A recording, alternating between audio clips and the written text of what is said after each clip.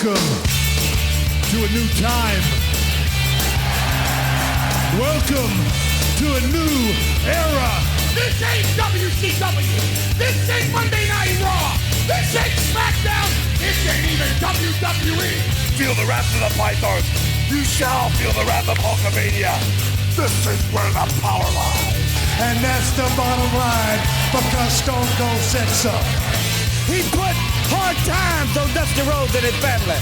I got a 66 and 2/3 chance of winning because Kurt Angle knows he can't beat me and he's not even going to try. It's time to step into the squared circle and get it done.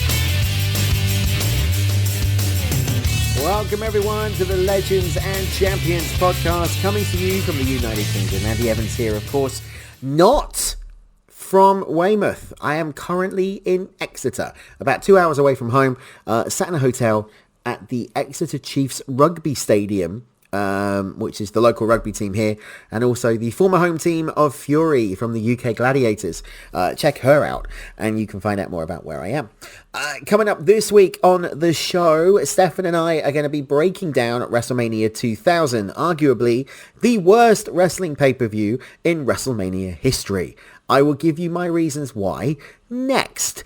Stefan is blind and wearing rose-tinted glasses and thinks WrestleMania was brilliant. But I'm going to break him and prove to you why he's wrong. It's been quite a week in professional wrestling. Of course, this past Monday night on Raw had the final UK European date on the tour, taking place from the O2 Arena in London. The bell time was 8 o'clock on Netflix. Kicked off with a brilliant promo between John Cena and the American Nightmare Cody Rhodes. Love or hate this new Cena, right? Cena or Cena sucks or whatever. The promos that he's been cutting with Cody Rhodes since that heel turn at Elimination Chamber have been bloody good, right? He has been tremendous. And both of them have been on fire in terms of what they've been saying and the promo cuts. It's been really enjoyable. So I'm quite looking forward to this feud and seeing where it goes now at WrestleMania. I want to give a shout out to Mike. Mike's not been 100% over the last few days, so I hope Mike gets well soon. And of course, check out, as we do each and every week here at Celebrate Wrestling, alternate commentary table with Mitch and Dimitri from the Greek World Order on a Saturday. You're guaranteed about an hour of some fun alternative wrestling chatter from two lifelong wrestling fans. It's a highlight of my week to listen to the GWO, so hope you do as well. But the Greek World Order are back on Saturday with the alternate wrestling commentary, the alternate wrestling, I don't even know what the show's called anymore, the alternate commentary table. There we go. It's late. I've just spent nearly 90 minutes with Stefan talking WrestleMania 2000. I am absolutely worn out. We're going to go to a quick break. When we come back, Stefan will be here and we will be talking all about WrestleMania 2000. We will see you after this when I actually know what the heck I'm talking about.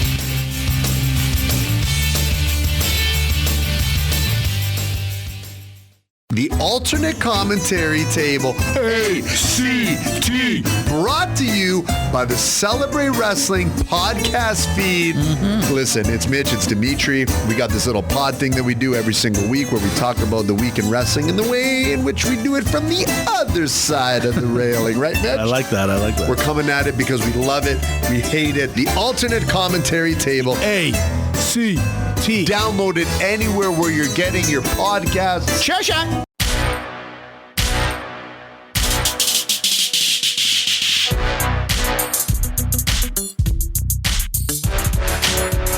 It is time to move out the old and move in the new. The McMahon-Helmsley era is running the show. If you mess with us, you've got two choices. You either get your ass kicked or You get your ass fired. For the love of God, the pace broke, the ring broke, and Cactus Jack has broken his hand. go. You are fired. You're done. Triple H will defend the World Championship against Big Show,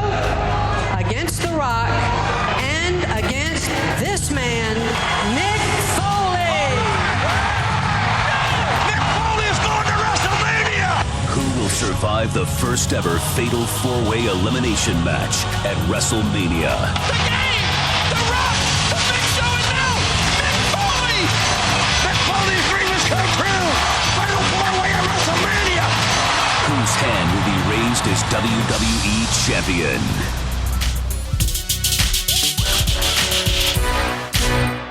All right, welcome back, everyone, to the Legends in Chat. I did it again. I called it the Squared Circle, or I was going to call it the Squared Circle. Don't know why. Don't like it. Hello, Andy, Stefan, WrestleMania 2000. Let's do it. How you doing? I'm good. Interesting take. A lot of people think that WrestleMania 2000, aka WrestleMania 16, is one of the worst. It's actually one of my favorites. I love this pay-per-view. Terrible. I love it. I really do. Bloody awful. Terrible pay-per-view. I gave up halfway through. I admit I used to like it when it first came out, but it's bloody awful.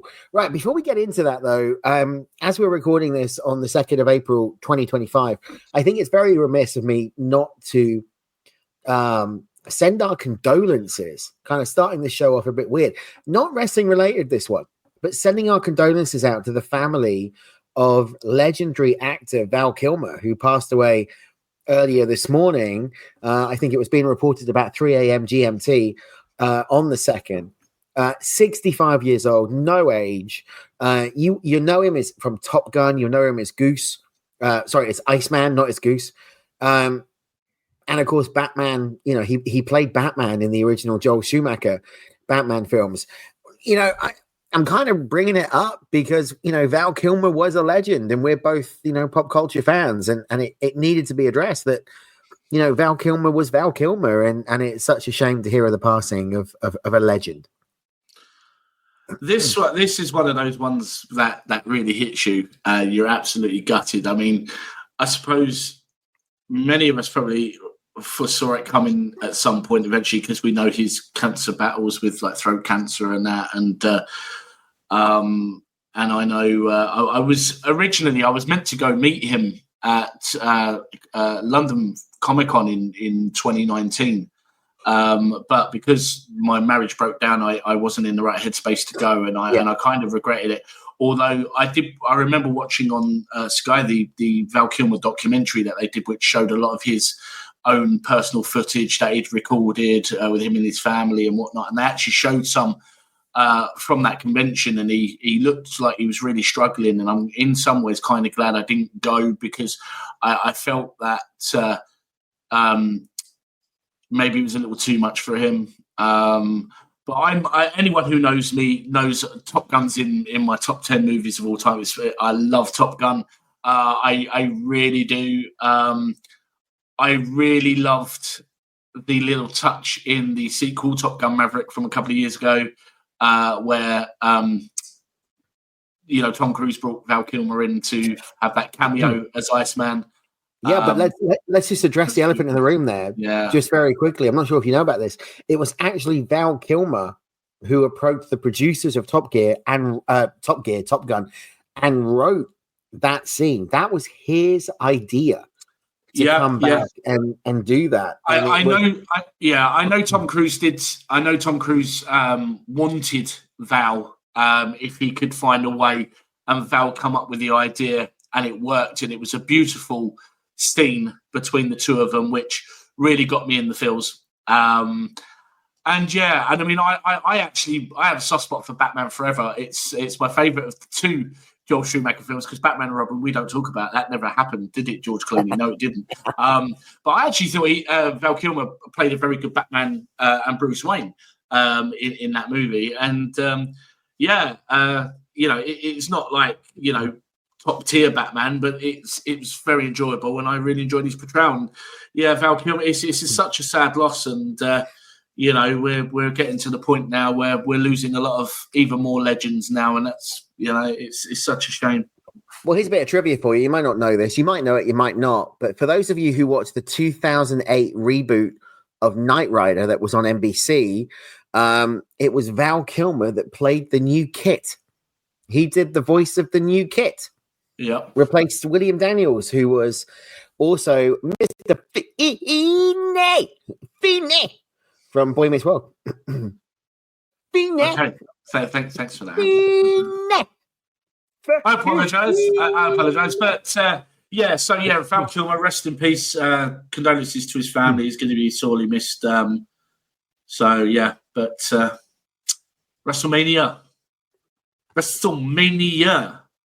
2016. No, you're not stealing my Mr. Feeney. I loved it. I You're enjoyed not doing my Mr. Feeney impression. Absolutely not. Not WrestleMania, especially that WrestleMania, because it was god awful. It was dreadful. Why did you make me sit there and watch this pay-per-view event? I didn't make you watch it. For the listeners who think that... hang on. I gave you the option of picking any WrestleMania in history, and you went WrestleMania 2000 and WrestleMania X8. Spoiler. Now, WrestleMania 2000, why? It was god-awful. It was dreadful. The production was awful. The matches were... They did a 30-man battle royal for the hardcore title. Or 20-man battle royal, whatever it was. No. Yes. No.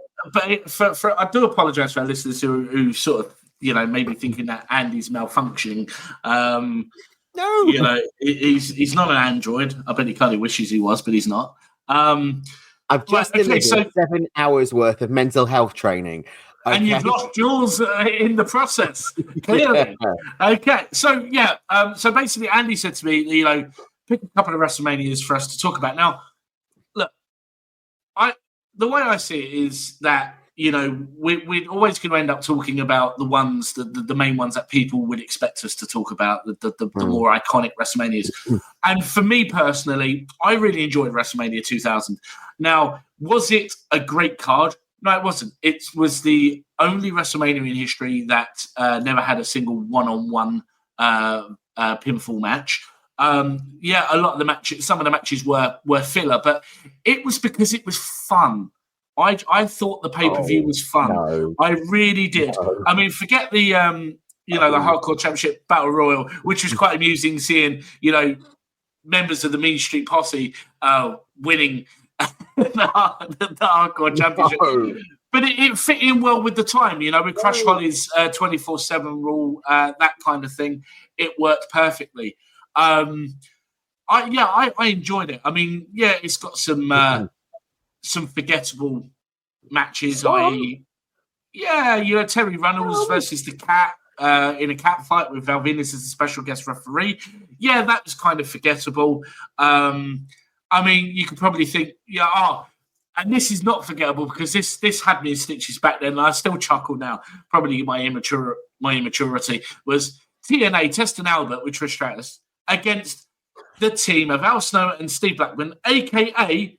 Head Cheese, accompanied with Chester McCheeserton. Come on, that was hilarious for the time. I enjoyed it. But all right, let's get into it. WrestleMania 2000, also known as WrestleMania 16, marks a moment in the history of the WWF. It ushered not only the new millennium, but it was also at the peak of the Attitude Era. Held 25 years ago today, on April the 2nd, 2000, at the Arrowhead Pond in Anaheim, the event aimed to be the grandest spectacle in professional wrestling, reflecting the prevailing edgy and unpredictable nature of the WWF. And basically what we're going to be doing now is looking at why they did it. Just why. It was notable really for the prominent role that was played by the McMahon family in the central narrative. It was the fatal four-way elimination match for the championship really did epitomize that, with each member of the match being accompanied by a member of the McMahon family. Now that we will get into this a little bit later on, but it was meant to be Chris Jericho in that main event, replaced by Mick Foley in a decision that really did highlight the fluid nature of wrestling's creative process. Now, beyond the main event, WrestleMania 2000 really did showcase the evolution of in-ring styles, particularly the groundbreaking triangle ladder match for the tag team championships. I will give you that one. That was good. Yeah. It was good. That was about it. it was a match that was widely regarded as the highlight of the show. It was also the precursor for TLC, but it did garner mixed reviews from both critics and fans, with some praising that innovative matches while others criticized the lack of traditional singles contests and the overemphasis on storyline elements over pure wrestling. WrestleMania 2000, though, despite its commercial success and historical significance, does serve as a compelling case study in the delicate balance between storyline, in-ring, and the expectations of a passionate fan base. So, Stefan, you mentioned earlier on how it had no singles matchups. And in my view, my opinion, this is what hurt WrestleMania. This, to me, did not feel like a WrestleMania. This felt like maybe a Survivor Series or a pay-per-view that didn't have this same atmosphere, the same dynamic. It didn't have the same pizzazz. And that would be, that would be seen to be true just a year later at WrestleMania X7, where it was possibly the greatest WrestleMania of all time at that point. This one just didn't seem to have anything going for it. Oh, come on, Andy. Of course it did.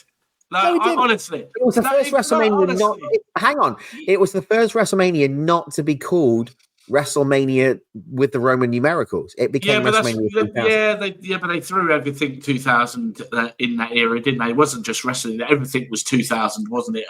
After the heading, it was that that kind of pop culture thing at the moment. Everything was 2000. It was 2000 become like a slogan for absolutely everything. We have to put 2000 after because we have to make it stand out because it's like the new millennium and all this sort of thing.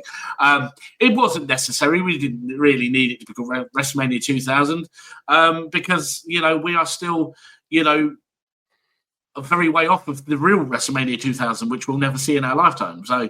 Oh God! Jeez. Honestly, I disagree. I disagree. I don't think it hurt. It hurt.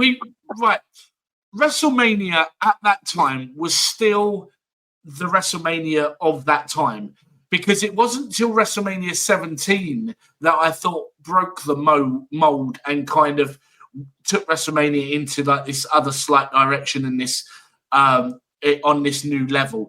This was kind of like the end of like an era of WrestleManias. If you look back at like WrestleMania 15, 14, yes, there's iconic single matches. Of course there are. But if you look at those and that on this grand scale, they weren't large grand scale WrestleManias. I mean, we talked recently about on our WrestleMania 3 show about how big that was. What followed never got as big as that in terms of scale of audience, live crowd.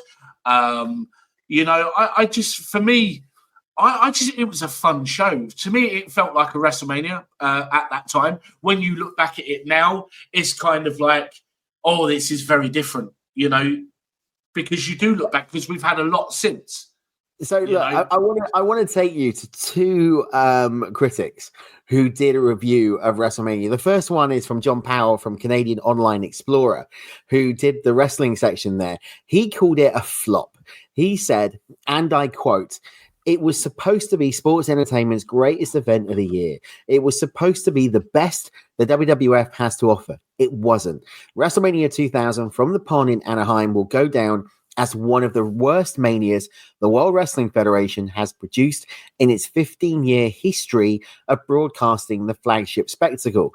The only one-on-one match was the ludicrous cat fight between Terry and the Cat. The other congested WrestleMania bout suffered from constant stalling of one form or another as wrestlers lay prone for extended periods of time or engaged in low-impact brawling on the outside of the ring so that the audience could direct their attention to the other participants. This approach left many superstars looking foolish for selling holds longer than they needed to. Ironically, the first ever all-day-long pre-show recapping the history of WrestleMania for 8 hours prior to the premier wrestling event was better than the card itself." Now, he gave the event a score of 3 out of 10 stars, which is lower than what he gave the previous event of 5 out of 10. In 2009, Rob McNew of 411 Mania gave the event a rating of 5, not so good, stating the show was so disappointing because the WWF for most every show in 2000 could do no wrong, but they managed to screw up the biggest show of the year by making the main event an afterthought in the McMahon family drama. There were some high points, and the main event was very solid action-wise, questionable booking aside.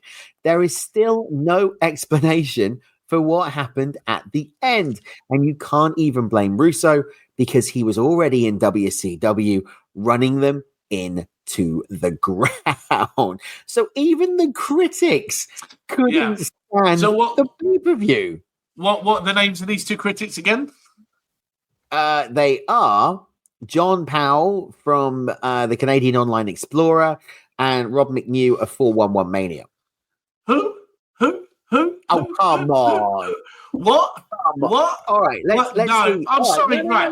No. Let's see if I can find Dave Meltzer's WrestleMania 2000 rankings. Let's see if I can find that. You carry on, because at the moment, I'm winning this. No, I'm sorry. Right, okay. So I think they're looking a little too objectively into this one and talking about how long they're laying down prone and things like that.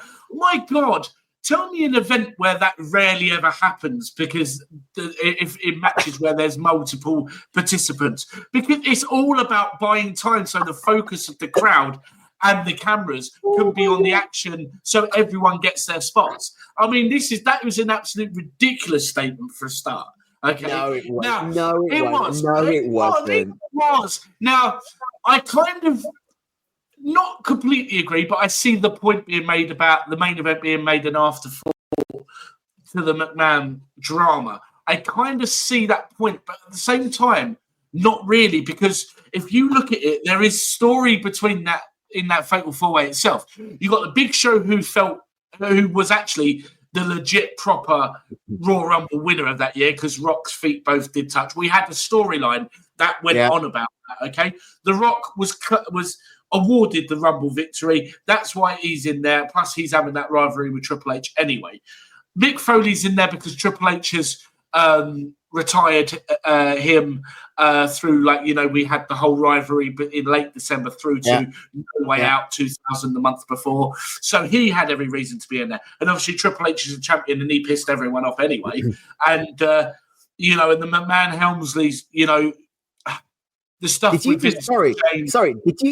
just swear? Because if you did, I apologize for the listeners. If you made a curse, I think you just said a word that begins with P and ends with D. And if you did, then I apologize, because we are a family show. But I swear I heard you just say that. But carry on. I had to get the apology in there. I don't know. I can't remember what I just said. But anyway, apologies if I said so. I shouldn't have. But yeah, just it all kind of did make sense in its way, because there was all of that going, and it was a culmination of all of that. It was. This is where you look at, and I'm not saying you, I'm using you as an example because of Mania 2000, but this is where wrestling fans look at an event with rose-tinted glasses, right?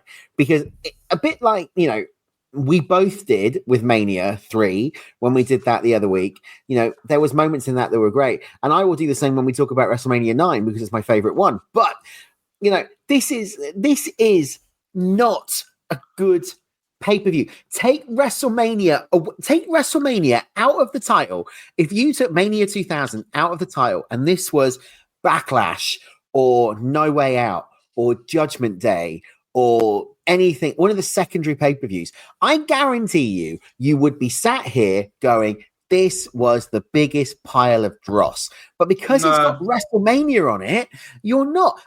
Stefan, I love you to bits, mate, but this is rose-tinted glasses. No. Because no.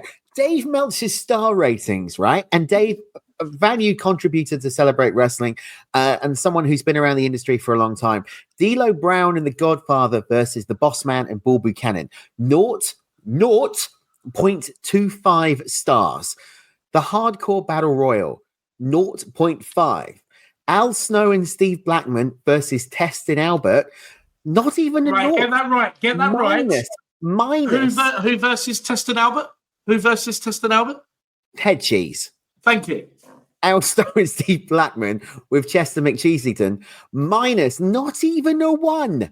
Not even a 0. For entertainment value alone, that's a 2-star. That's a 2-star. Hang on. The Dudley Boys versus Edge and Christian versus the Hardys did get, I will give it credit, 4 out of 5 stars. That was match of the night. Terry Runnels versus the Cat. The Cat fight was Val Venus, -1. Eddie Guerrero, Dean Malenko, Perry Saturn versus China and Too Cool, 2.5.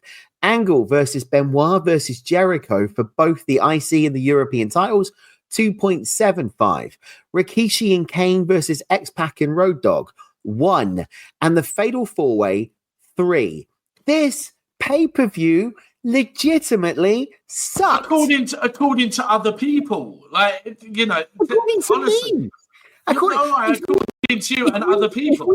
All right, I'll tell you what we're going to do. And then I'll tell you what we're going to do. We're going to carry on talking about the pay-per-view because that's what we said we're going to do. Yeah. And then when this show is released, I am going to put a poll up on Celebrate Wrestling to find out what our listeners think of WrestleMania 2000. Was it good? Was it bad? Or was it indifferent? And I'm going to put the call out right now to either Mitch and Dimitri or Mike on either ACT or Maguire on Wrestling this week to give the result of that poll. You're acting like I've said this is the greatest WrestleMania of all time or my absolute favourite. It's not. No. I can tell you the answer now. If I was to respond to that poll, I would be selecting indifferent. Because it was neither really good nor really bad. It was indifferent.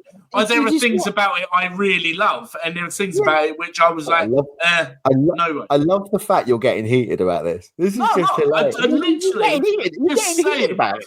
You're getting heated about it. Okay, right. Bossman Bull Buchanan versus Godfather D'Lo Brown, right? Yeah. No one cared about that match anyway. Like it's just one of those WrestleMania matches that they just threw in. Why was it on the card? Because it's Vince McMahon. Vince threw matches. And we talked about WrestleMania a lot of yesteryear, like many years prior to that, where we were saying a lot of the matches were just thrown together. It's what Vince did. It's one of those, you know. And it didn't help with, you know, Ice-T coming out with pimping and ease and all the way through, which, to be fair, absolutely grated on me. I couldn't stand it. Trigger alert. Like, honestly, talking about plugging the WWF Aggression album while we're at it, Jesus Christ. It was a great album, by the way. It was a great album. Oh, yeah. It was, but like, what a way to plug it, you know? The scary thing is, Stefan, Ice-T coming out doing Pimpin' Ain't Easy was the highlight of the match. Probably. You know, Hardcore Crash Holly, yeah, it was okay. Look, you know, there was a lot surrounding that title with them two anyway, which was just, you know, it is what it is. To be honest, TNA versus Head Cheese. Like I said, Head Cheese. Like I said, entertainment value alone. I mean, come off it. I had to sit through in person Johnny Knoxville versus Sami Zayn in a Jackass style match, which was absolutely painful. That was your choice. You could have gone to the concession stand or the bar. Well, no, I don't want to miss it because you never know what was going to happen. The TLC match, yeah, it was match of the night. Absolutely fantastic. It was a great predecessor for what happened the following year, which was arguably the absolute GOAT of those matches, hands down. Terry versus the Cat. It was an eye candy match. Let's face it. It was the sign of the times where Vince wanted to throw something with a bit of women in there to be a little bit provocative here and there. It's, you know, it did what Vince wanted it to do. I mean, come off it. We had a bloody what did we call it? What WrestleMania was it where we had was it the Miller cat fight? WrestleMania 22. Yeah, we've had Playboy pillow fights and all that lot as well. Yeah. So it's what Vince does with those. The thing that got me, hang on. The thing that we're talking about the cat fight. The thing that got me about the cat fight was the vignettes leading up to the actual match. Right? I mean, they were risky as hell, and of course, you had that great comedic timing of Jerry Lawler, who obviously was in a relationship with Kat anyway. But I mean, they were they pushed the envelope. There wasn't a lot to the imagination in those vignettes with Kat.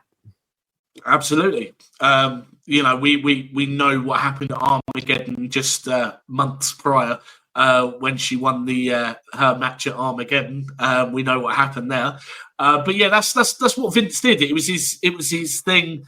It was one of those male crowd pleasers for the men. It is what it is. China and Too Cool versus the Radicals. Now, it was obviously not a great match. I mean, it was it was shy of 10 minutes long. But we've seen matches like that at WrestleMania where they sort of throw a few, like a tag team and someone together against another group or another tag team. Again, it was fun, and obviously Too Cool and China were very, very over at that time with the crowd. Obviously, the Radicals were still new to the WWF at the time, having only been brought in about a month and a half, 2 months prior. I enjoyed the match. It was fun. The Kane and Rikishi versus DX one is the one for me that made absolutely no sense whatsoever. But again, Vince. Now I'm a little bit surprised on the scores for the triple threat 2 out of 3 falls match for the Intercontinental Championship and the European Championship. I actually thought it was a really good match. I thought it was at least a 3.5 to a 4-star. I think what suffered was they didn't have long. That match could have been longer, and probably all 3 of them could have been showcased better in that match. I think the problem would have been better. I think the problem with the match was, I mean, you had 3 relative newcomers into the organization at the time. Now, bear in mind, Angle had only debuted at the Survivor Series of 1999. Benoit had only developed, and debuted a few weeks earlier on Monday Night Raw with the Radicals, and Jericho debuted on January. Now, if you go back to read Jericho's book, the first one, Lion's Tale, he openly admits that for that first year in the World Wrestling Federation, he sucked. He was not good. Right? He couldn't get himself on the mic. He couldn't get himself over. He wasn't good in ring. He botched a lot of the moves. And that's not me saying that. That's Jericho saying it himself. Now, Kurt Angle still new to the business, right? By this point, I mean, Mania was April, debuted in November. So you're looking at maybe 6 months worth of in-ring action. That's not a lot of ring time under your belt, right? And if you think about it, 6 months later, at No Mercy, he wins the WWF Championship for the first time as well. I mean, that was an incredible year for him. Absolutely incredible year. He was always on the trajectory to the golden run, to the gold run, always. But the veteran in that match, the one that really did hold it together, was the Canadian crippler Chris Benoit, and that's.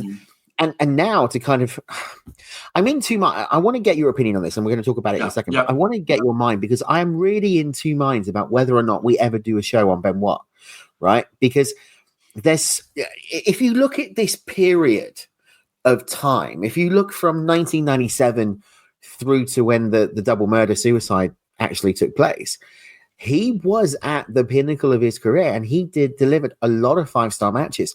So I'm really in this quandary about whether or not we ever do a show on Benoit. But you've got to think, in this match, Benoit was the veteran. Now, the result surprised me. The result of them splitting the titles, I knew was going to happen, but Angle and Jericho getting them did surprise me. Up to the point that the Rocket was put on Angle's ass and he got the World Championship. So I do understand why it didn't get a lot of time. But in a card that only really had 3 decent matches, the 4-way, this one, and the tag triangle match, there is argument to have said it could have had more time. Yeah, it could have. It could have. You are right. I will agree with you on that. I do think just shy of 14 minutes is a bit, especially for 2 out of 3 falls with those 3 fantastic talents in that match. Yeah, and Jericho. It did take him a while to get going, and thank goodness he did. I just think all right. Jericho, of his own admission, he was botching moves and that, which was fine. I think there might have been an issue with because where he was new from WCW, and obviously he wasn't being utilised very well in WCW, and all of a sudden he's in WWF where he's going against other people that can really work in the ring, and the spotlight is actually on him. I mean, Jericho would be in matches in WCW where if you look at the crowd are not paying any attention. That was the problem with a lot of the high flyers in WCW. I mean, you look at, likes of Rey Mysterio, Eddie Guerrero, Billy Kidman, and all these guys at Juventud Guerrero, absolutely killing it in the ring, absolutely like putting on, stellar performances, and pretty much no one's watching, which is one of my biggest issues with WCW was they were too focused on like the NWO and the top main eventers of WCW at the time. And I think that kind of well documented. Yeah, absolutely. And I just think, Jericho could have been dead and buried. Vince could have been like, yeah, do you know what? We've made an error signing this guy. He's not good, but they stuck with him. And I think credit to Jericho and those that worked with him that helped elevate him again and actually put him into that spot. Because if you think about it, it was only, a year and a half, just under 2 years later at, my mind's gone blank. Was it when he won the Undisputed Championship? No one called that. 2001. Yeah, no one called that. He's gone back to back against Austin and Rock.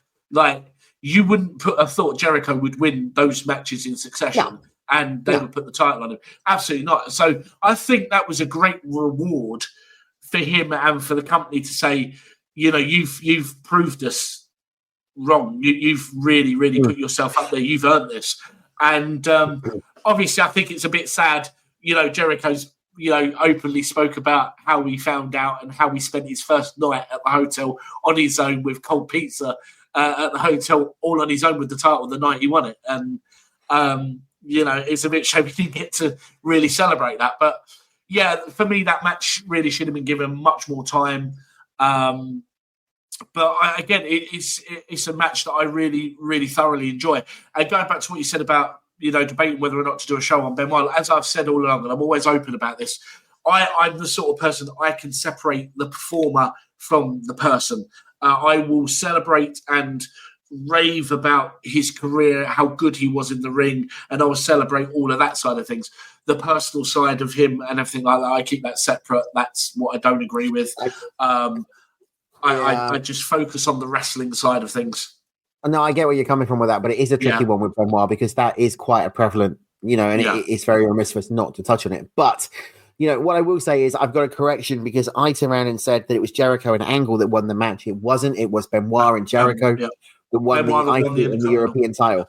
To give you the official timings on that, it was 13 minutes and 48 seconds, including introductions for that match. The tag triangle match was 23:30, and the main event was 38 minutes. So you can see the difference now in terms of what they were picking up. But I want to talk about, the evolution of this tag division, because the other major storyline, and it really was, taking the joke and the fun that we've had so far and the little argument that we've had, which is all, part and parcel of having a bit of a laugh. The three major storylines in this pay-per-view was the four-way, was the triple threat, and the triangle ladder match.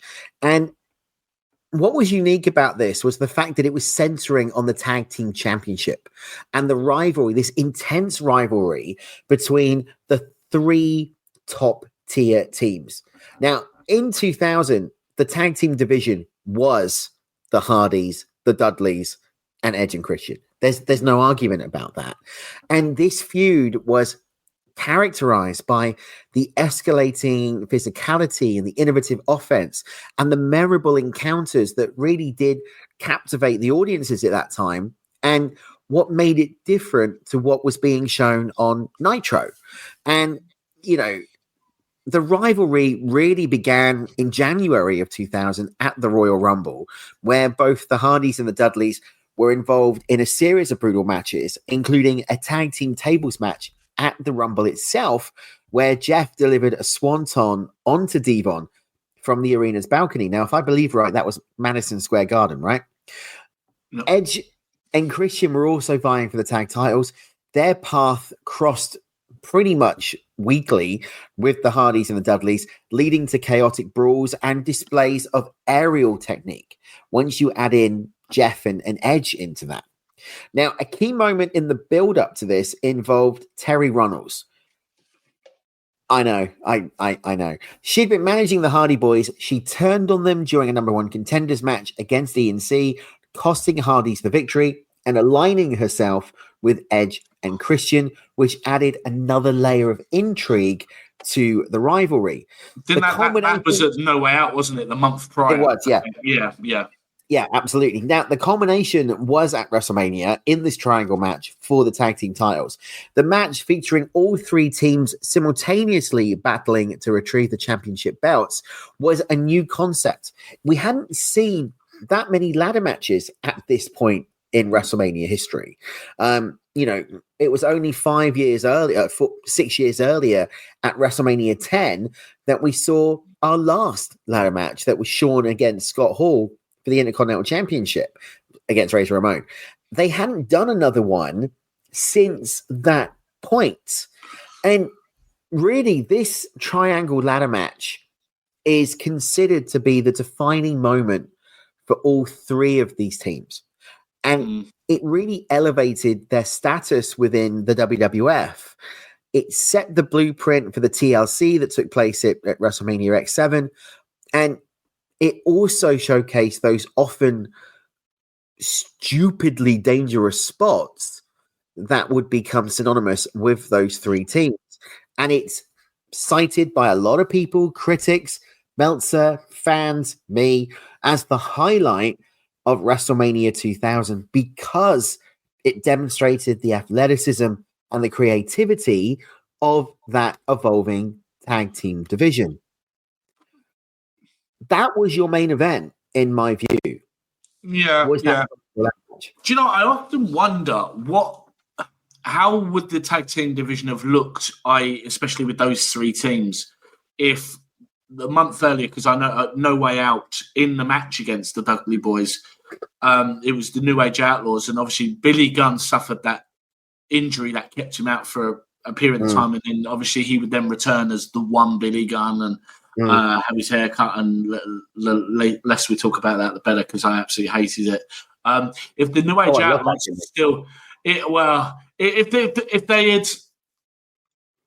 Billy Gunn hadn't got injured and the New Age Outlaws were still going at that time, it makes me wonder what would have happened. Would we have had Kane and Rikishi versus the New Age Outlaws as opposed to it being X-Pac and Road Dogg? Would we have had a triangle ladder match, or would it have been a fatal four-way ladder match, or would it not have been a ladder match at all? So, so I do wonder these little details, it's what I don't ever celebrate anyone being injured. Anyone, even if it's someone I don't like, I don't wish harm on anyone. But for the sake of history and things happening for a reason, in a way, it was probably a good thing to an extent that Billy Gunn did miss that if it had ended up impacting what we got. Because if we had never had the triangle ladder match, then we wouldn't have had it, the following year, with Vince McMahon playing, Oliver Twist saying, "Please, sir, I'd like some more." And then, and then doing it again. I think we were all Oliver Twist following that match, just thinking, "Oh yeah, we'll have some, we'd like some more of that, please."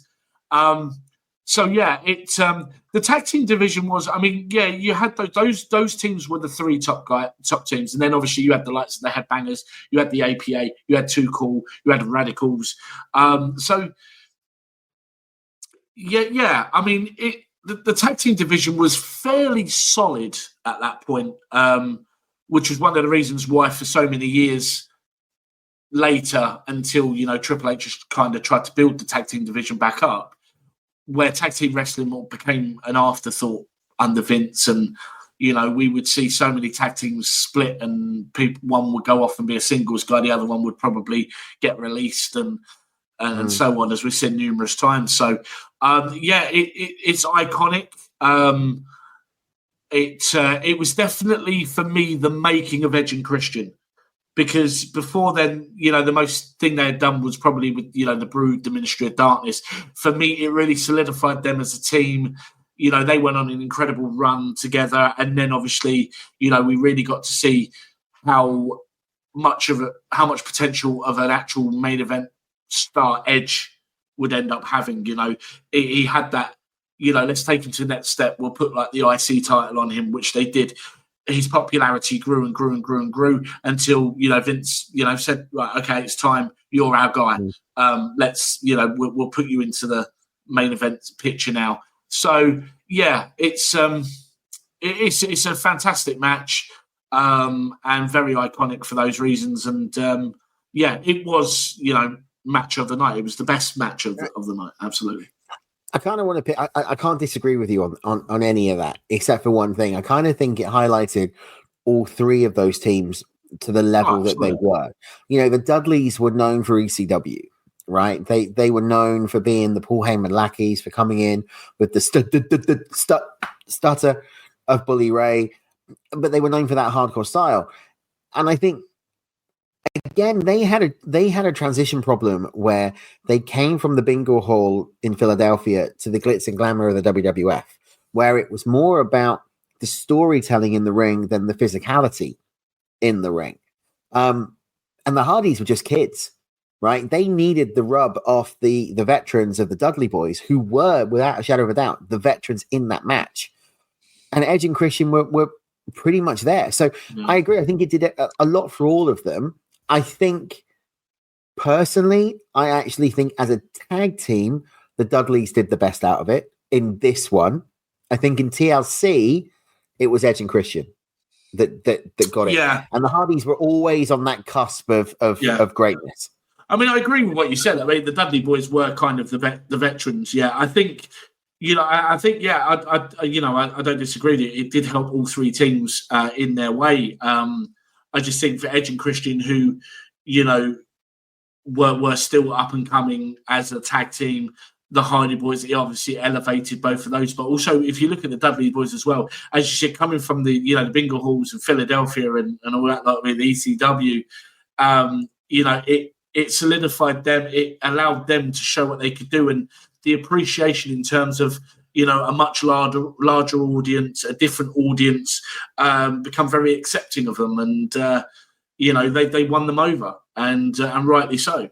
And I always love the behind the scenes footage whenever you see the three teams together, where they're all sort of embrace each other after the match, and it goes to show that those three teams, obviously, there's a lot of that mutual respect there, and the fact that they go out there, they really, I mean, their matches, I mean, we've all seen them. We know how hard-hitting they are, how dangerous they are, and what they each put themselves through in those matches. But they take care of each other at the same time, and they got each other's backs, and that shows. And I love that. And, I mean, some of you listening now may be aware of it, may not be. Obviously, there's been this bit of social media interaction between the Hardys and the Dudleys over who's the greatest tag team of all time between the two, and the Dudleys have kind of accepted their a challenge. When and where it's going to happen, we don't know. Could it end up slotting in at WrestleMania in Vegas this year? Is it going to happen somewhere else? I don't know, but it looks like we're going to get a final end of an era style tag match between the Dudleys and the Hardys. I'm not against that. I think it'll be good to. I'm not. My concern is whether or not they can go. Devon obviously had the back surgery. Yeah. Bully's not in the best of shape, but it would be good to see it. Is it a Mania match though? I think it's a Mania match if it's one of those nostalgic ones where they throw it in, because the popularity of both teams is there anyway. They'll be over. They don't have to go on and put a stellar performance of yesteryear, because they physically can't do that. I mean, you talk about Devon's back surgery and Bubba not being in the best of shape. Jeff and Matt are not in the best of shapes. I mean, they're still going very well in TNA and as we see in NXT recently, but that those dangerous moves, especially on Jeff, are taking have taken their toll. They have slowed down, and I just think it'll be a nice little spectacle to have, a final bow on the big stage.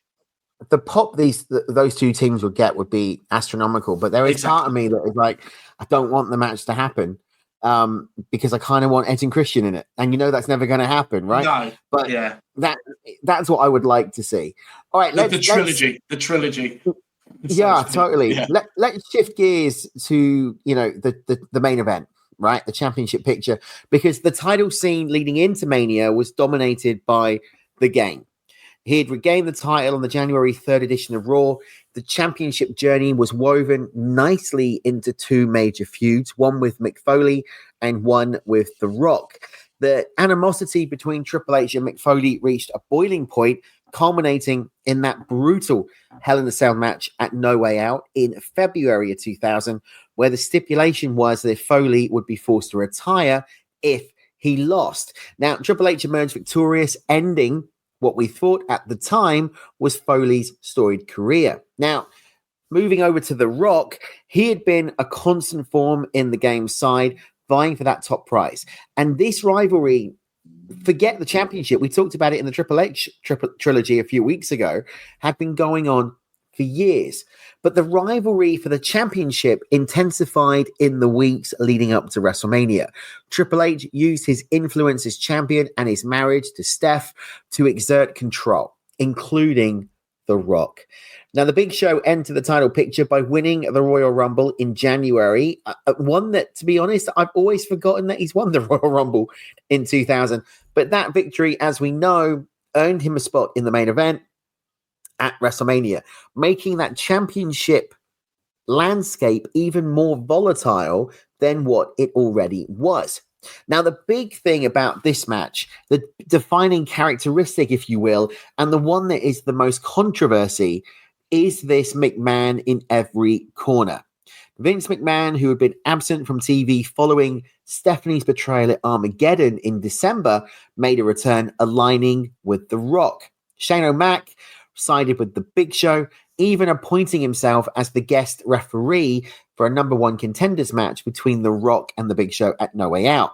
Stephanie obviously would stay by the side of the Game, and Linda McMahon, the new head of education for Trump, had been largely absent from the on-screen drama, made a return, reinstating Mick Foley for one final match at WrestleMania, therefore making the main event the Fatal 4-Way with a McMahon in every corner. This was a deliberate strategy designed to put all four McMahons in the main event. Was what I can only describe as a really bad, calculated move to amplify both the drama and capitalize on the family's on-screen popularity during the Attitude Era. But what is often been argued by both fans and critics and observers is that the level of involvement of the McMahon family shifted the focus away from the four performers in the ring and really made this match suffer. Are you ready? Oh, God. Right, okay, hold on. Mike, turn on mute. Go on. Right, I see that point, and those points are valid. Now, yes, there was a focus on that, but the way I see it as well was they were also building for what was going to happen for the next 12 months as well, because obviously, as we know, we would then get the Vince and Linda storyline with Vince, where Linda kind of has her breakdown. Vince is having the affairs. We've got the breakdown of his relationship with Shane and Stephanie. We know that it ended up being Shane versus Vince at WrestleMania X7 the following year. We had that whole build-up as well. So I think they were probably looking at that. Now, in terms of taking away from the talent in the ring, I can kind of see where people would see that. But for me, I disagree to an extent. My biggest issue with that match was how early Big Show got eliminated. I didn't think that made any sense. We had this whole drawn-out process of him trying to prove that he was the rightful winner of the Royal Rumble, that it was The Rock's feet that touched first. We had this whole thing, and he gets eliminated really quick, like really, really quick in that match. And that is, I didn't like that. I did not like that at all. For me, I think he was only in it for about 5 minutes or just under 5 minutes. It was a really quick elimination, wasn't it? And, yeah, it was. And, and for me, I just don't understand why put him in there if they're going to eliminate him so quick. That for me just made no sense. Obviously, it then removed Shane from ringside quite early on as well. I think the ultimate aim was obviously to keep the title intact, but also to have that reunion of the McMahons before ultimately, they would all, it would all completely become even more dysfunctional and them all, go as they did for the following 12 months. It was all about, screwing The Rock and Mick Foley kind of thing. I did like how they teased Foley again, potentially picking up the win. I love Mick Foley. I would have loved to have seen Cactus Jack as champion once, maybe have won it at the Royal Rumble, then lost it at No Way Out, and actually have career versus title. Then, if Triple H said, look, if I take the title off of you at Hell in a Cell, your career goes with it. I kind of would have liked that. But, it served its purpose. The match was entertaining for me. I enjoyed it. Maybe it's because I do like a bit of the drama that goes along with the match. I do kind of like that. It was very predictable. I will say that because I did predict that, Vince wasn't, completely on the Rock side, that there was, the ulterior motive to him being involved.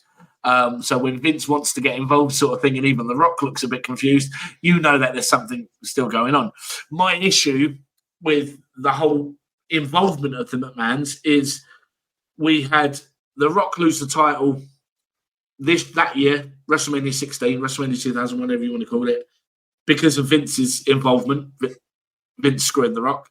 And then 1 year later, WrestleMania 17, the Vince screws The Rock again by aligning with Stone Cold Steve Austin and costing The Rock again.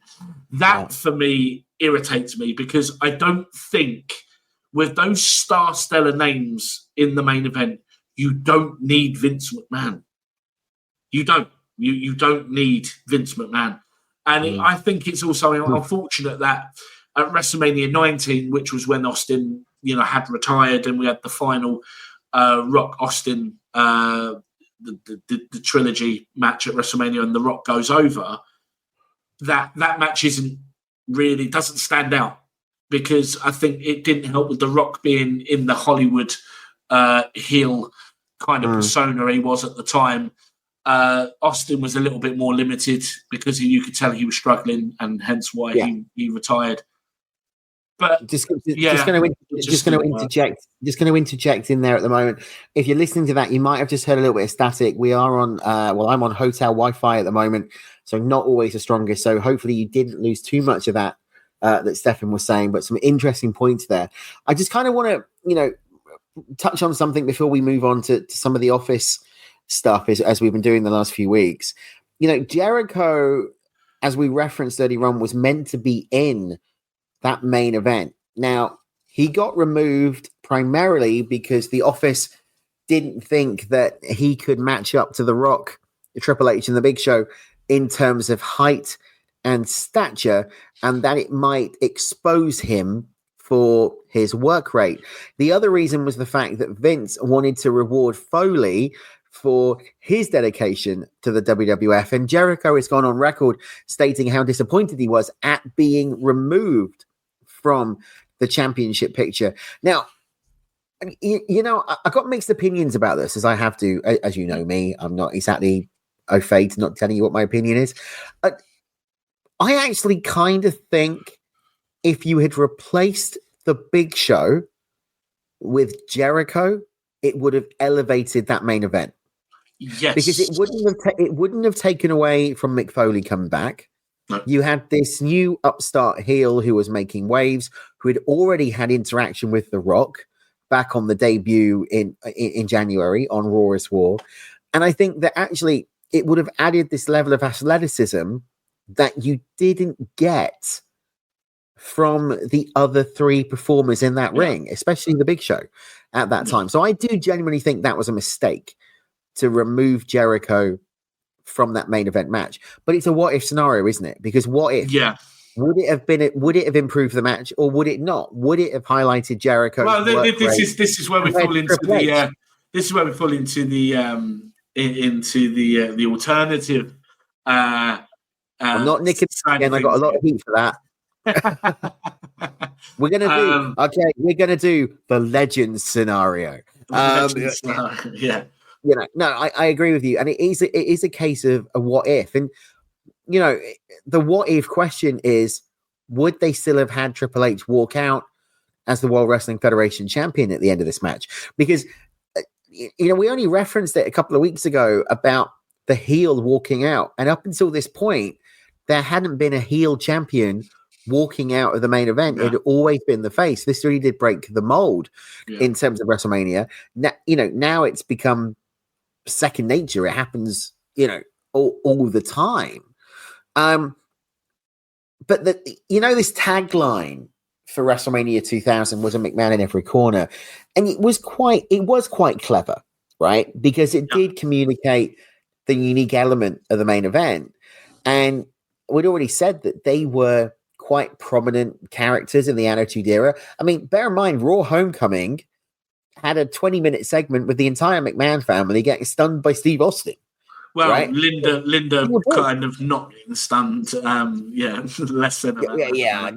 You know what I mean. Well, and I thought it couldn't get any worse than that. And then Vince gets stunned at WrestleMania 38, and we forget about that. Absolutely dreadful as well. So that wasn't a stun. That was a slump to the floor. Yeah. He did that one, but I agree. It was clever.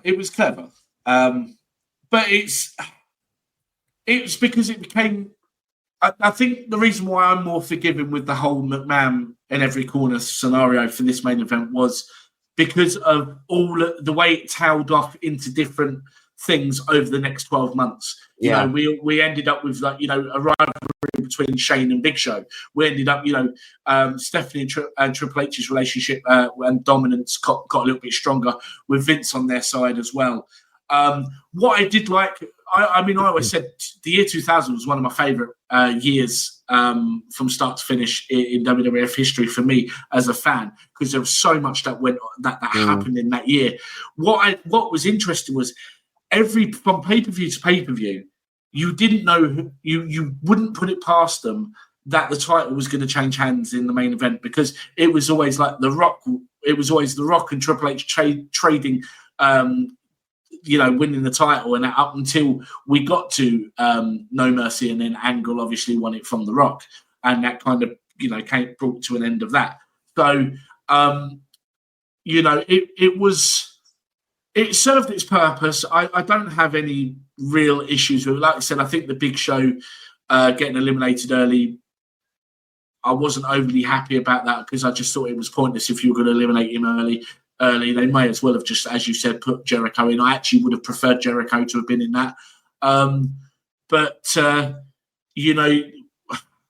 me, it served its purpose. But for me, I think what really did push Jericho into that picture for definite was when we got to Fully Loaded, when he actually challenged Triple H. We had The Rock versus Benoit. It was dubbed the triple main event, wasn't it? It was Angle versus Taker, Jericho versus Triple H, and Benoit versus The Rock, which was one of the best. Was actually, to be fair, as one of the smaller pay-per-views, had no right to be as good of a pay-per-view as that bloody well was, because that was a fantastic pay-per-view. And for me, because Jericho showed what he could really do in a main event style match with Triple H, I think for me, they looked at that and just gone, Jericho can do this. And I think that's where his career in WWE really, really took off. One of the big things about this WrestleMania, if we move away from the in-ring action, is to talk about what the company actually did to engage fans and to enhance that experience beyond the pay-per-view itself. Because now it's a second to none. You've got the World, you've got Access, you've got the WWE event that takes place now ahead of WrestleMania, plus WrestleCon. And what made this one different was the fact that we referenced it earlier on at WrestleMania all day long. It was an ambitious 8-hour pre-show that preceded the main event. Now, the main event being the start of this pay-per-view event. This is nothing compared to what we get now. The pre-show featured highlights from all of the previous WrestleManias, aiming to build excitement and to provide this really comprehensive look at the history of that showcase for the Immortals. They also held Access, a multi-day convention that allowed attendees to interact with their favorite wrestlers through autograph signings, meet and greets, and various exhibits. And those fan engagement efforts were really designed to create this WWE universe, this community, and to make WrestleMania weekend a truly special and immersive experience. I'm going to talk to you about that in a second, because obviously you've been a part of WrestleMania for a couple of WrestleManias and a couple of the events in WrestleCon. But the other big thing that happened here was the very clever marketing of the THQ video game WrestleMania 2000 that came out on the N64 and the Game Boy Color. It was developed by the Akai Corporation, published by THQ, and it featured at the time the biggest roster of over 50 WWF superstars, including all of the main event participants from WrestleMania 2000. One of the key features of the game was this Road to WrestleMania mode, which was basically a career event that allowed players to create their own wrestler and guide them through the ranks of the WWF, aiming to main event at the event. The game boasted an extensive create a wrestler mode, allowing for unparalleled customization, which at the time was unheard of. We talked about video games a few weeks ago. The N64, as good as it was, didn't have that much creatability. The marketing campaign for the game leveraged the popularity of the WWF, the anticipation surrounding WrestleMania 2000. It had TV commercials, print advertisement, featuring wrestlers and gameplay. The WrestleMania 2000 video game was, and still is, one of the most successful WWF video games of all time. It sold over 1 million units by April of 2000. Now, the success of the game not only generated revenue, but it further amplified the awareness and excitement surrounding the 2000 event, allowing fans to engage with the brand in a more interactive way. Now we get it every year. WWE 2K comes out around that WrestleMania era. It's become synonymous now to tie the two together. But this was really ahead of its time. The pay-per-view might have been lackluster and crap, but the video game was pretty good. Oh, Andy. Oh, dear. If only they had done buy the video game and we will give you the pay-per-view for free. Yeah, but I mean, the times have changed. I mean, you touched on, obviously, I've experienced. I mean, when I went to 38 Dallas, Texas, because COVID in America, they were still sort of getting over COVID. They still had a lot of precautions. So their access sort of, or should say their kind of fan event was on a very small scale. Obviously, last year in Philadelphia, when I went for WrestleMania 40, it was the debut of WWE World. It was the very first one. And, it had its good things. It had its not so good things. I mean, as a spectacle for fans, it's incredible. Don't get me wrong. The way it was run, not great. But, I was having this conversation with a friend of mine who's been to numerous WrestleManias. I think his very first WrestleMania was WrestleMania 13. And he's been to different ones over the years. And even he was looking at going to WrestleMania this year and turn around and he just said it's no longer financially viable. He said, literally, if you look at the price, there's a thing that's actually floating around on social media in some wrestling groups as well, where they've actually put up the ticket prices for WrestleMania 19 compared to now. You could get tickets to WrestleMania 19 for as little as $19. Now, you're talking hundreds of dollars. And I think as well, because another issue that a lot of fans have now is these meet and greets that they're doing now at WWE World. I mean, it was the same last year. You know, it's like at least $200 to meet a certain superstar and whatnot, as opposed to accesses, you know, the WrestleMania access where they used to just have them sitting at the tables. You know, you'd have Undertaker, you'd have Austin, they would just let them, fans would line up, go along, get their autograph, get a quick snap and go. Now I'm led to believe, and I could be wrong, but I do believe this is accurate. It's a lot to do with now that Fanatics run a lot of that side of things with WWE now when it comes to like merchandise and things like that. And it's them now that are, you know, I've got a lot of control over pricing and things like that. And unfortunately, it's getting to a point now where even going to, as you know, you make people know, WWE have just literally this past Monday on Raw finished their European tour for the last 3 weeks in Europe. I would have normally 100% have gone to both SmackDown and Raw. But the prices, it would have cost me to get decent seats to go to both SmackDown and Raw it would have been coming up to, I would say, about a third of what it would cost me to go to America to go and watch WrestleMania. The tickets got ridiculous. Yeah, I get where you're coming with that, and I do agree. And it's a conversation that's been had on Mike's show numerous times, and ACT, because obviously they've had a lot of, you know, PLEs over the last 12, 18 months in Canada recently. The most notable one being Survivor Series in November. I think that, and I'm not defending the WWE by any stroke of the imagination, because I think as a wrestling fan, it's disgraceful what we charge. But I think to compare it to WrestleMania 19. That was what 2000, and I'm trying to work my dates out. This was 16, 2000. Thank you. So to compare it to 2003 to 2025, so 22 years later, with cost of living, with the Ukraine war, with Putin, with the Iran-Gaza event with Hamas, and this X factor of Donald Trump. And, you know, what he's doing in, as we're recording this, 35 minutes time at Liberation Day.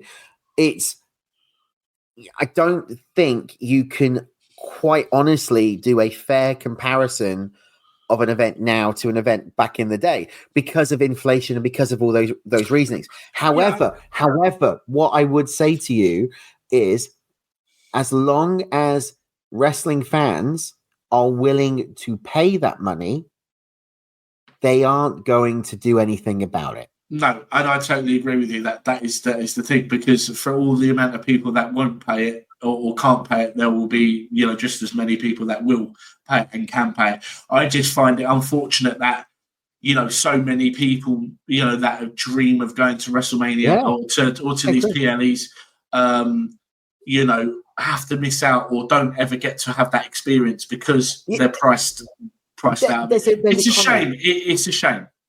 It is a massive shame. And actually, it kind of be summed up really nicely because Triple H this past Sunday appeared on a show on Channel 4 here in the UK called Sunday Brunch. Now, Sunday Brunch... I saw it. Yeah. Google it. Just Google it. Poor Triple H had no idea what was going on peeling his potato. It's a cooking show. It's a cooking / light entertainment / chat show / they really don't know what it is. Anyway, they did some Q&A, and the point I'm getting to is a listener actually asked Triple H the question, will you bring WrestleMania to the UK? And Triple H has gone on record now, and if I can find the audio, I will add it into the show. I can't guarantee I will. But he says, and I quote, it is now a bidding process, just like it's for the World Cup, just like it's for the Olympics, just like it is for the Super Bowl, just like it is for UFC events, just like it now is for WrestleMania. WrestleMania, it's got that big that for a country or a town in the US or Canada to win it, they have to bid over the odds. Now, to make any money back on that, ticket prices have got to go up to compensate, right? Yeah. So, yeah, absolutely. Would WrestleMania be a cracking event over here in the UK? Yes. But my argument to you and to everybody is, apart from being there live and getting a seat up in the gods and not seeing anything because they're like little ants and you can't, I've done it before. Watch it on Netflix, dude. PLE. Watch it when you want to watch it. There is that atmosphere. I get the atmosphere. Get a WrestleMania party or a SummerSlam party or whatever. Watch it with your mates. Have a few beers. Because it's now not cost effective to go to a live event. Even the house shows are almost as much as what a PLE is or a TV taping, right? Mm-hmm. When it was pre-Netflix era, yeah, you had to wait until 1 a.m. to watch it and the results are out. How lovely has it been the last couple of weeks to be able to pop SmackDown on it up past 7, 8 o'clock on a Friday night and watch it live, and put Monday Night Raw on 8 o'clock on a Monday and watch in real time Cody, crossroading John Cena. I mean, to be fair, I didn't really get to watch any of them live because they were on too early for me because I have other things to do. I was playing catch up. So, for example, on Raw this past Monday, about an hour and about 90 minutes into it was when I started watching it. So I started watching it from the beginning. Yeah. And because I have other things like that sort of time. And plus I'm a bit of a night owl, so I can stay up and watch these things anyway when they air, or I just don't record them there because they're on Netflix, or I just watch them in the morning. But but for a lot, especially the younger audience who wanted to watch it, live, it's good because, they get to watch it in the evening, as opposed to having to wait till the following morning or when they get back from school, etc. It's good when they do that. They've done that like that. I think what I'm trying to get at with this is the fact that ultimately, if people are buying the tickets, they're not going to reduce it, and it's not an event anymore; it's a business. What I will say, what I want to touch on though, is how bloody brilliant it is now that Europe, not just UK, Europe is being recognised for being for the noise being a great attraction now, that they are every year starting to bring PLEs to Europe. See, I was gonna go to the Royal Rumble next year until they announced it was Saudi Arabia. I thought, I won't do WrestleMania. It'll be a little bit cheaper if I do Royal Rumble because I can just go over to the States for a few days and I'll come back. I'll go see the Royal Rumble, come back. Then they announced it for Saudi Arabia. Thank you very much. So that's not happening. But, I'm looking at things and I'm thinking, one of these, I might actually take a short little trip over to France and go and watch one of the pay-per-views that he did have. I was actually last year, but if it had been a month later, I would have done it. But I just thought, no, because I was just getting over WrestleMania and everything. I was initially going to go to Backlash in France last year. I had it all worked out and whatnot. It was doable. But then I was jet lagged, and then I was thinking, I've got to sort this out. And I thought, do you know what? I won't do it. I won't go. A little bit disappointed that I didn't do it. But, I'm now sort of thinking, well, if they're doing them in Europe, it will work out cheaper than going over to the States. So, so give us more PLEs. It doesn't have to. I mean, it would be great to have WrestleMania at least once, and that in my lifetime here, have it in London or something. But give us some more PLEs. It would be great to have WrestleMania over here, but the realistic comment to finish this off is it might be over here, but I'm not going to it. I don't know. It's not like all this. I can't as a husband with a kid and the family and an extension and a 2 cats who I hate. I can't. I don't hate the family. I hate the cats, by the way. Just want to clarify that. I can't justify spending up to 1,500 quid on tickets to go to WrestleMania and the travel and the hotel and all that type of thing. All in, I could justify, right? Because it was all in. I could justify that. And it was a good event. However, I'm going to watch it with a couple of mates at home with a beer and a Jim Beam and another bourbon whiskey and enjoy it at home, however, hangover the following day. That's WrestleMania. Yeah.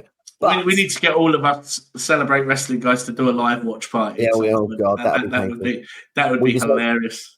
We just won't release that on Apple because we'll all be kicked off. But the only thing I'm going to end this on, because we're over an hour and we're going to wrap up WrestleMania 2000 for this week, is have the European crowds been censored before?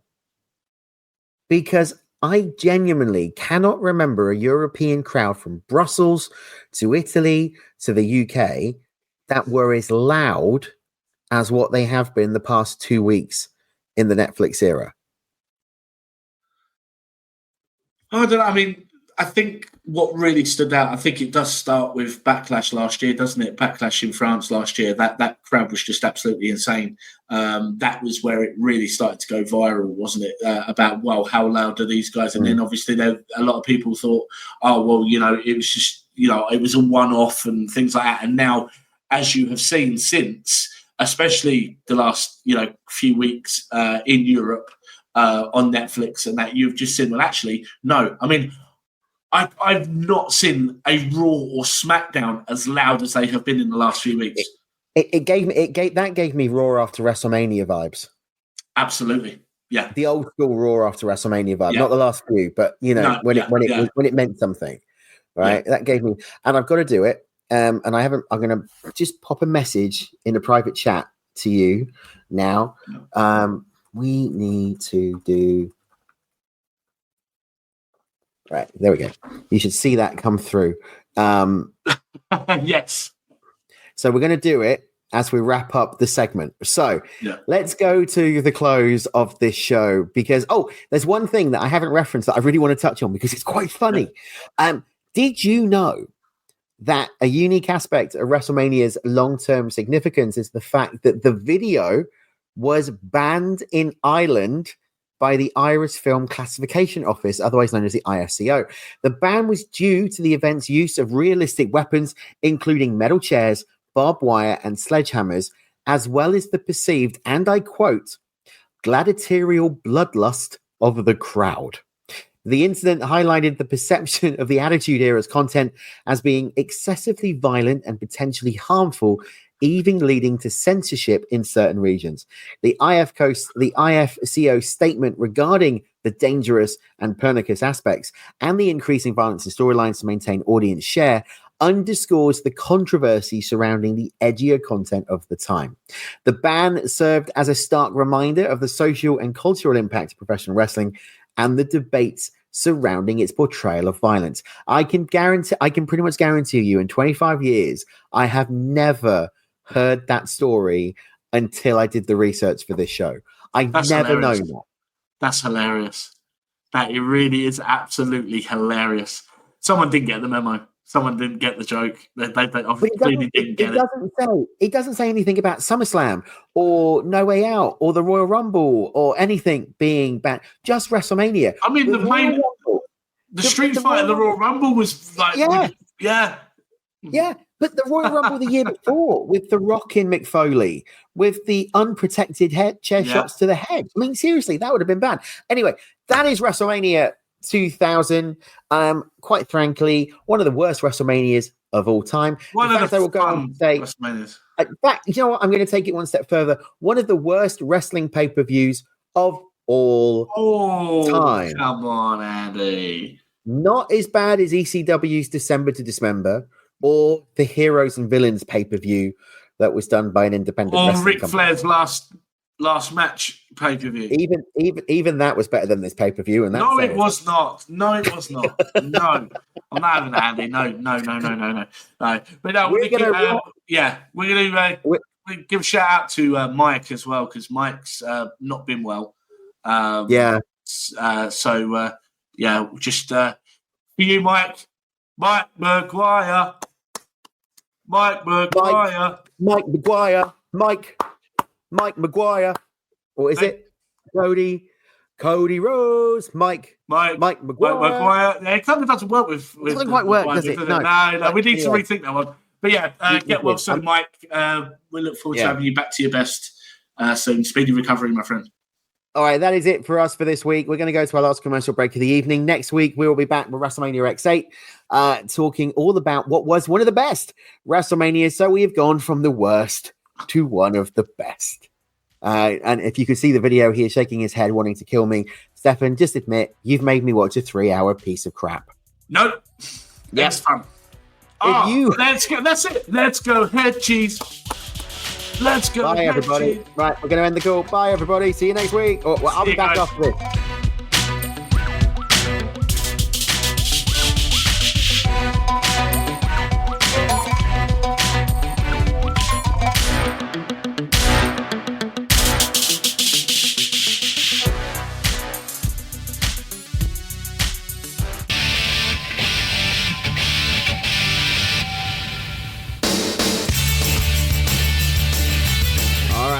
Back with the wrap up for the Legends and Champions podcast for this week. Thanks to Stefan for joining me for the last 90 minutes or so, talking all about WrestleMania 2000, the inner workings of the pay-per-view, the McMahon in every corner. Did it work? Did it not? Let us know on Celebrate Wrestling on Facebook. Just search for Celebrate Wrestling, click join, answer a few questions, because that's what Meta tells us we have to do, and Mike will let you in, and you can be a part of the conversation with all of us, all of the hosts of the various shows, the ACT, Maguire on Wrestling, Stefan and myself, and all of the wonderful Celebrate Wrestling fans, each day popping new stuff up and really being involved. Shout out to Joe Aguinaldo as well, who is the steward of that Celebrate Wrestling Facebook feed. He is always on there, and hopefully Joe will be coming on the show very soon to talk about an upcoming WrestleMania. What have we got coming up next week right here on Legends? Well, we're going to be going back into WrestleMania Vault. We're going to be opening the doors one more time, and we're going to be going 2 years in the future from now. WrestleMania X8, which took place with the iconic match between Hulk Hogan and The Rock. We're going to be covering all of that next week right here on Legends and Champions.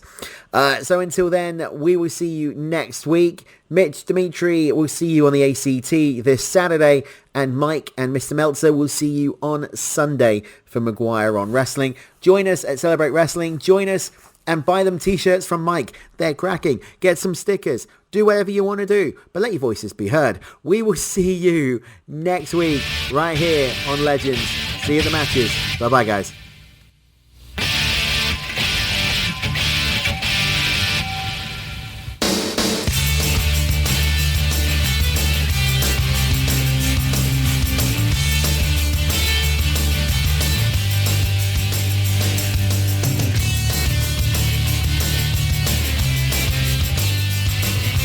This has been Legends and Champions with Andy Evans. Thank you for listening.